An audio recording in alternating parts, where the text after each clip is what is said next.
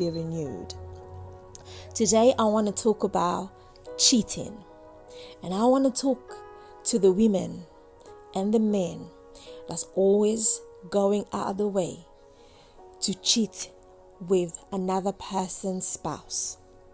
Here's what I want to tell the people, the real deal of what is that goes on. Now, I know a lot of people, when it comes to cheating, we always believe that, oh, it's a choice. That's correct. It really is a choice. But no one ever looked so deep to understand, how can a person leave the comfort zone, live the life, and want to go and take something that does not belong to them? Most of the time people say, well, it's not so much about the people who are doing the taking, but it also is about the people who are accepting to be taken away from where they are. I understand, but today we're going to focus on those who take what does not belong to them.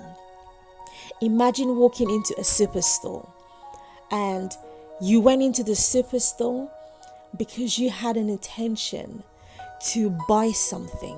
You had money, you had your shopping list and everything, and you said, this is what I'm gonna do.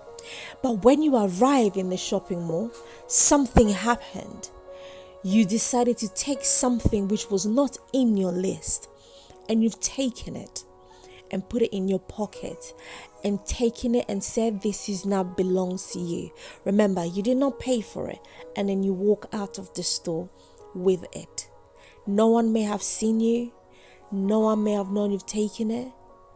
It's okay. And then you go home with it. But you see, your conscience should be at that point making you to believe, why is it like this? Why did you take it? But if you are comfortable living with a stolen good that you did not pay for, that you did not know how hard it is to have, that tells me a lot about the kind of person you are. That tells me that you're very insecure within yourself. You see, some people find themselves by hurting other people. You see, when another person is low and they're feeling below them, they feel like, yeah, they're somebody. I call that energy stealers. They want to steal your joy. They want to steal your happiness so they themselves can feel that they are happy, they are great. But here's what I want to tell you. But deep down within them, I'm telling you, they are not happy. They're only happy. It's like you are in control of the happiness of those that hurt you. And here's how I'm going to put it to you. Have you not ever noticed when you are in a relationship, be it friendship, spouse, marriage, whatever, there's always a guy or a woman that will approach you and always have something to say that, you know what, the spouse that you're with doesn't love you. You know, if you were with me, that's the word they say. You see, if you were my man, or if you were my this, I would do this to you. Some may go as far as laying down with you. Some may go as far as having your child. But they still are content to live in the secret that you're living in. It's a secret world. No one knows. No, hold on. Everyone around you knows, apart from the one they are hurting. They don't know. See, as long as she doesn't know, the other person stealing and taking is feeling validated. It's feeling important. It's feeling, I'm good, I'm better, I'm everything. But the moment the other person finds out and then moves away and leaves, just know that's the very moment that person will leave you too. Because you see, a person who leaves you after your spouse finds out that they have been cheating with you, it's a person who has a lot of insecurity within themselves. They would only be with you if you and your spouse were still together. Now that is an issue, more than even a mental issue. That is a serious problem we have in society today. Many people will only feel validated if they are hurting somebody. Many people will only want to be with you because you're with somebody and they just want to hurt that person. The hurt the person is feeling is making them feel content. But the moment that person removes themselves from the equation and lets you guys be, that person will not last long in your life. And if you have experienced such, or you're probably experiencing such, or you're probably going through such, just know and take it as a lesson learned. You see the store that you walked into with the list of shopping, that is life we come out on. Everybody is born into life with a list of the things that they want to do, from the parent to themselves. But what happened throughout the journey of life is we start to take things that does not belong to us.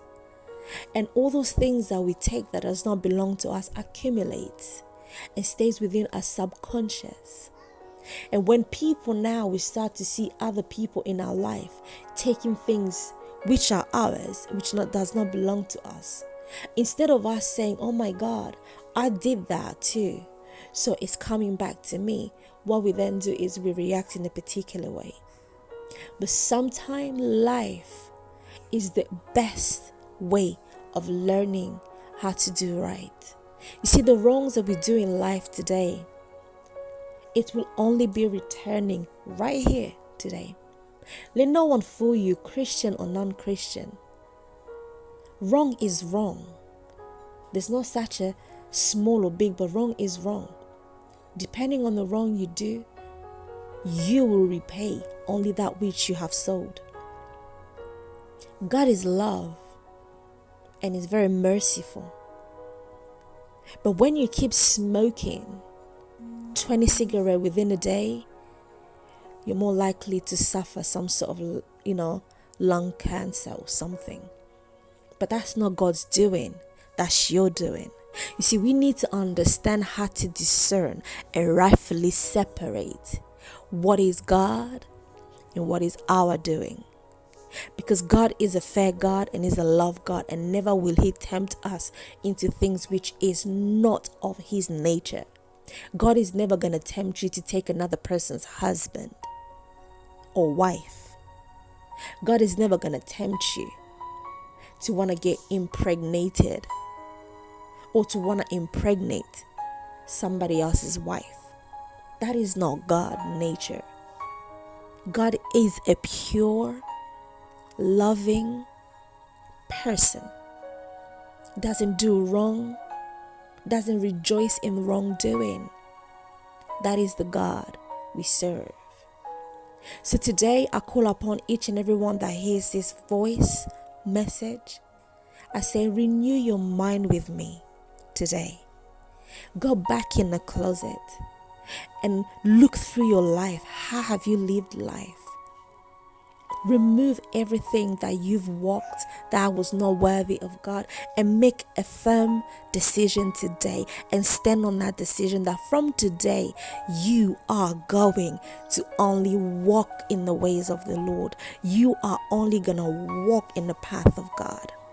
And as you make that decision, I on this other end agree with you by faith, because I don't know where you are.